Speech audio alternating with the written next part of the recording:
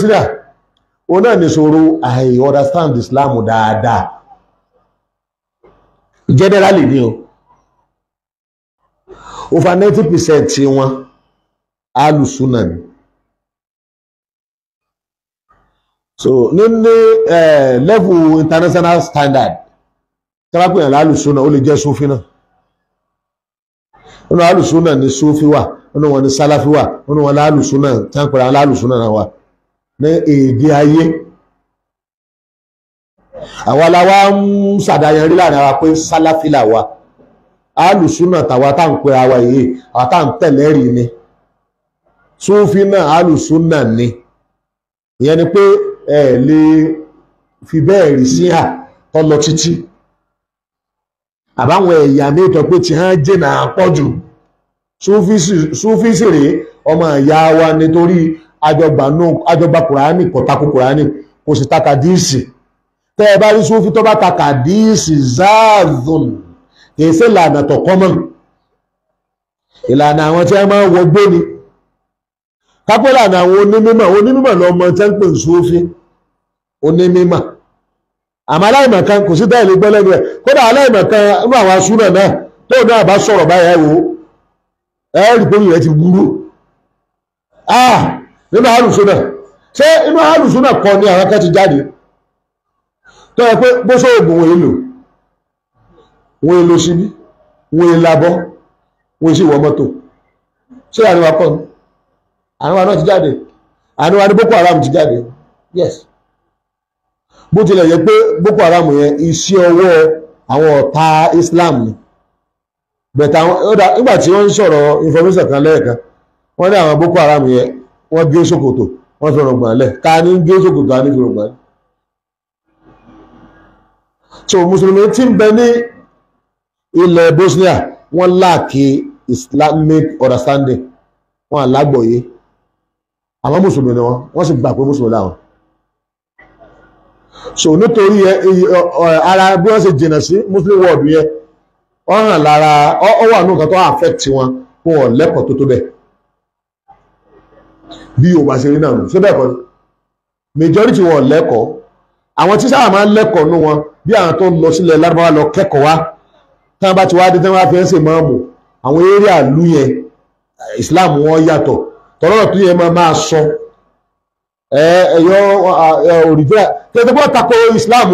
wọn ò mọ̀ ní o wọn ò ṣẹ̀yẹ́ ní ṣàlàyé fún wọn àgbà táwọn èèyàn tó ń jáde tẹ́ tó lọ kẹ́kọ̀ọ́ bí irú ọ̀dọ̀ wa ń bì náà.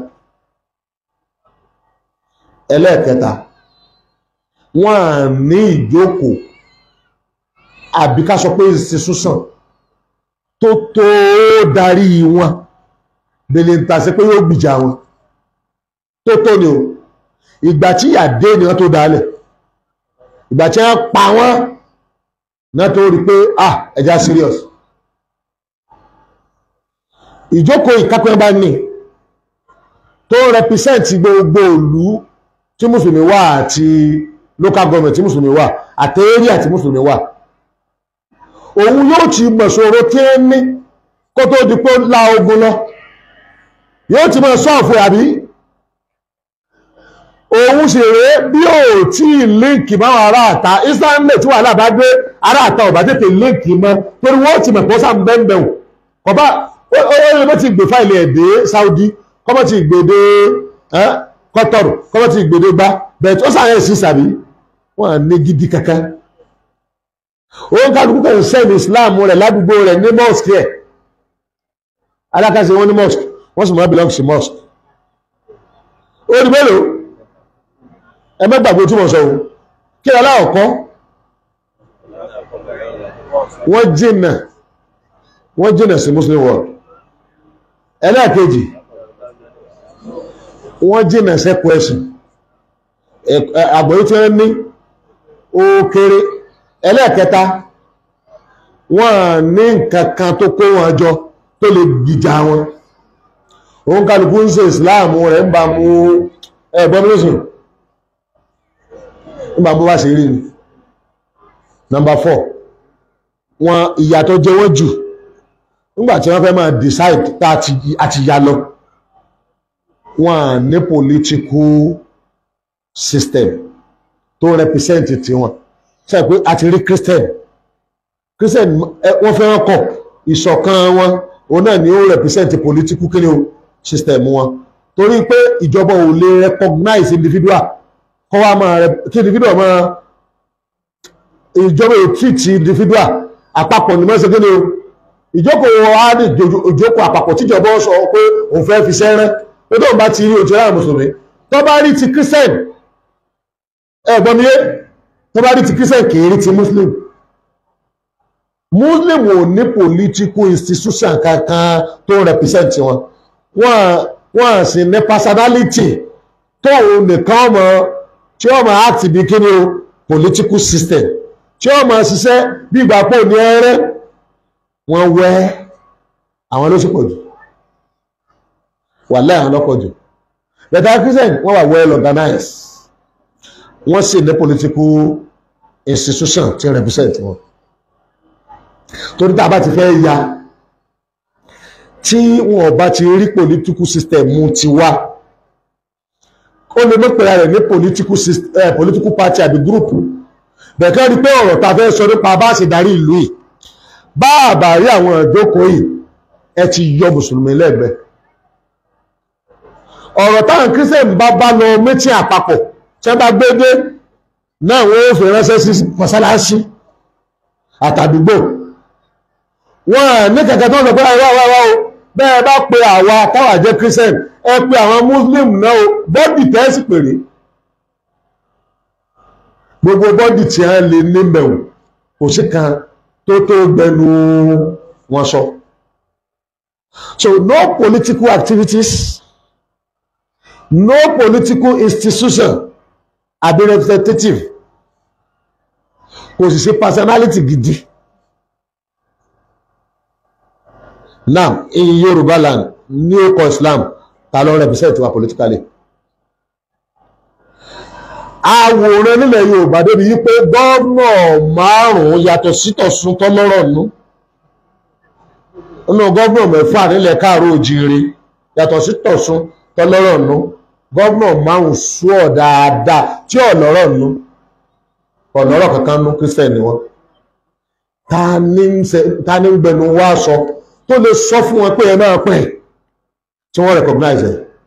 bẹ́ẹ̀ni kan bá ní àwọn kan ní ń gbẹnu wá sọ ṣé bẹ́ẹ̀ ṣe ń gbẹnu wá sọ ṣé ẹ ní political strength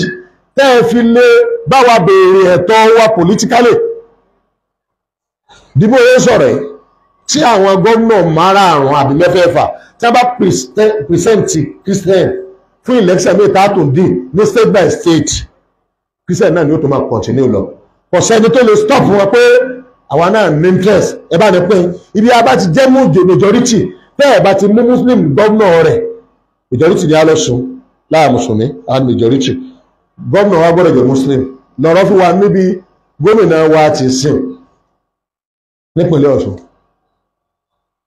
tọ́lá wọn tán bá bí ọ̀dọ̀ wa láà mùsùlùmí tá bá bí ẹ́ léèrè sára wa ní ọmọlúàbí ní ṣe ni wọ́n sọpá ara wa ni wá wọ́n sì wáyé dì tó wọ́n sì dé ọ̀dọ̀ àwọn Christian náà wọ́n mọ kódà àwọn pásítọ̀ ní tí wọ́n lọ́tí wà ń bẹ́ ǹgbọ́n kù ní tẹ́yà àpá kẹ́ súnmọ́ gómìnà tẹ́ kọ́ wọn láwọn àgbọ́yé ẹ̀sìn dáadáa ó lè bá àjọ pé ìjọ wọn bá ń ṣe mítẹ́nì àwọn mẹ́fẹ́ẹ̀fà tẹ́mọ́ pè ní security council Ìbàdàn wọn ti máa ṣe yóò gómìnà ó lè máa represent wa lórí gbogbo ọ̀rọ̀ àlámọ̀rí Islam bó ṣe yé wọn tó tó ti yé ọ̀rọ̀ tí wọ́n yóò pé kò yé ẹnìkan máa dá pàrá kan ó yé yí àbí ó yé yí ó máa yé yí. Now institution wo gúrùpù wo sẹ́rábítà ni àbí muslim ní ọba wa sọ fún ọ ní Lagos State pé next governor must be a Muslim. Ogun State enough Muslim la fẹ́ láì tó àwọn majority. Ọ̀yọ́ State Muslim la fẹ́, Ọ̀ṣun State Muslim la fẹ́, ní Èkìtì àtòǹdó ẹ bá ní fi Muslim ṣe igbákejì àti bàbá òní fún wa ní Muslim bẹ́ẹ̀ tọ́lá ní majority bẹ́ẹ̀ bẹ́ẹ̀ tí àwọn yòókù yìí tá àti jẹ́ majority ẹ yọ̀ǹda Mùsùlùmí fún wa. Ká ní ọ̀sọ́ tí gbogbo pàtì ọmọ pa àdáràn ta ló ní political science lọ bí ó ṣe sí Bosnia kí ìyà tó tọ́ sí wọn ní òsínlẹ̀ Yorùbá